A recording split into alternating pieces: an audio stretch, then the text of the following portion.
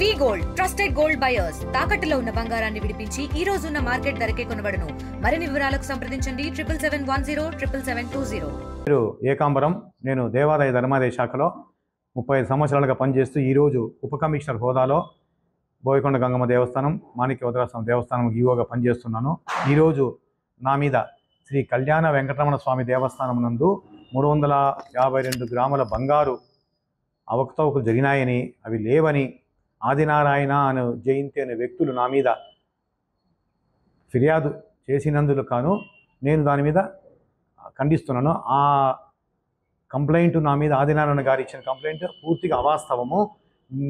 వాళ్ళ బావ పుంగనూరు కళ్యాణ వెంకటేశ్వరంలో అటెండర్గా పనిచేసే చంగప్పకు నాకు ఉద్యోగపరంగా 2020లో అతన్ని సస్పెండ్ చేయడము, అది ఆ కేసు నేపథ్యంలో నన్ను ఇబ్బంది పెట్టాలనే ఉద్దేశంతో కక్షపూరితంగా మోసపూరితంగా ఫ్యాబ్రికేటెడ్ రసీదు క్రియేట్ చేసి ఆ సంతకం నాది కాదు, స్పాన్సర్ సీల్ వేశారు, నాది కాదు అది.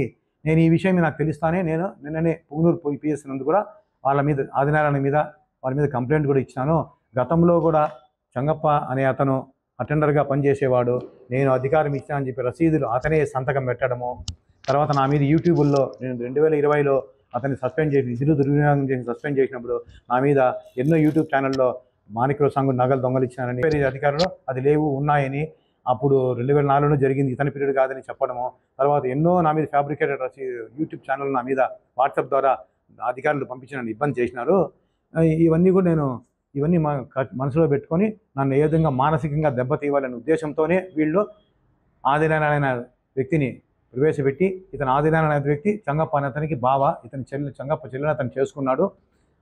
అతను నా మీద ఈరోజు అసత్య ప్రచారం చేస్తున్నాడు. నేను ఇంక త్వరలో మళ్ళా దేవాదాయ శాఖ నిబంధనల ప్రకారము అతని మీద చట్టరీత్యా చర్య తీసుకుంటాను కూడా తమని చెప్తున్నాను. నా పేరు ఆదినారాయణ, నా భార్య పేరు జయంతి, మా నాయన పేరు గుర్రప్ప, మా అమ్మ పేరు చెన్నమ్మ.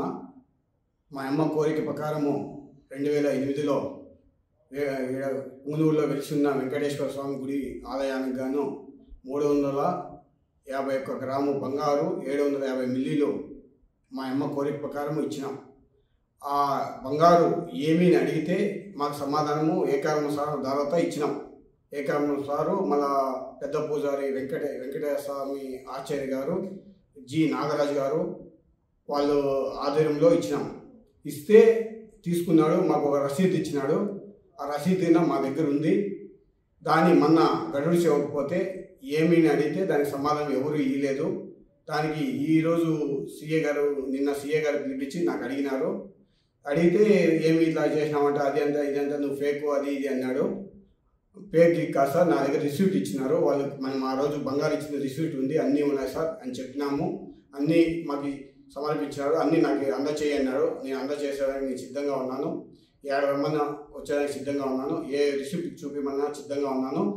పాయింట్ ఏమంటే మాకి ఆ నగలు మా అమ్మవి, ఆ నగలు చూపిస్తే మాకు సంతోషము. ఇట్లా ఎన్ని నగలు ఏమారిచ్చినారు ఈవో గారు, ఎన్ని నగలు ఏం చేసినారు, ఇట్లా ఎంతమంది ప్రజలు నోరు కొట్టింటారో అర్థం కాలేదు. దేవుళ్ళు సొత్తు తినేవాళ్ళు వాళ్ళంతా హీనంగా ఉంటారు అనుకోలేదు.